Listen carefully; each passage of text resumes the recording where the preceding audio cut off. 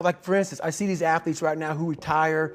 I'm 38, I'm 39. I did 20 years at the top of my game and I'm chilling out now. You see them a year later and how they look. What the hell just happened to you, dude?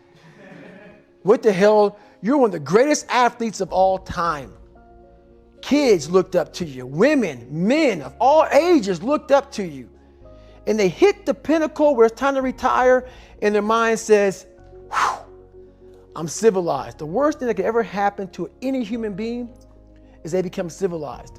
It's that total accountability. Like even when you retire, there's a motherfucker looking at me and judging me right now, man. I was the baddest person to ever live. It doesn't go away, man. You got to wake up. Even though you retired, you never retired. You're setting the example every single day of your life. And being civilized feels so good. But I'm sorry, man.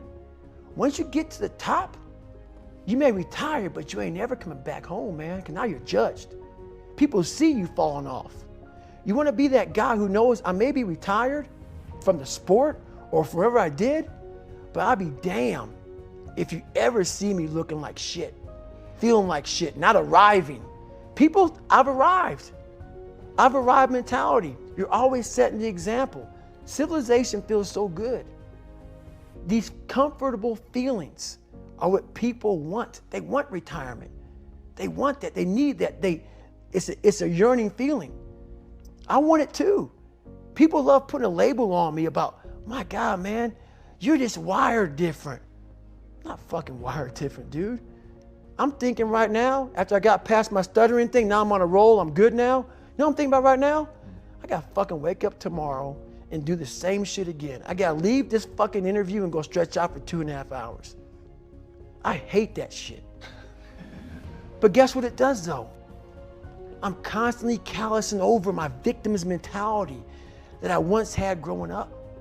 Every day you have to do this shit. Because why? When you stop doing it, you don't just maintain it. If you stop shooting a gun, you're not gonna be a great shot if you pick a gun up a year from now.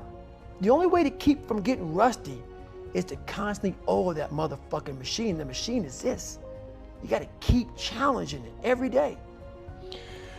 The way that I think about that is very, very similar. And I've got to imagine this is one of the things that makes you one of the most misunderstood humans on the planet is, to me, driving that hard, being that hungry, pushing long after everybody stops, has nothing to do with anybody but myself.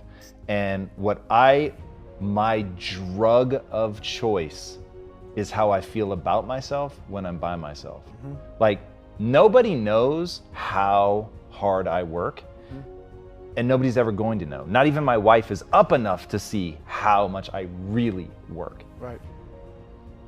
But it doesn't matter, because the way that it makes me feel, like in this moment right now, where I get to say, the world doesn't know, I could be lying, but I would know. And the way that I feel right now, because I know how true it is, that nobody's outworking me. Mm-hmm.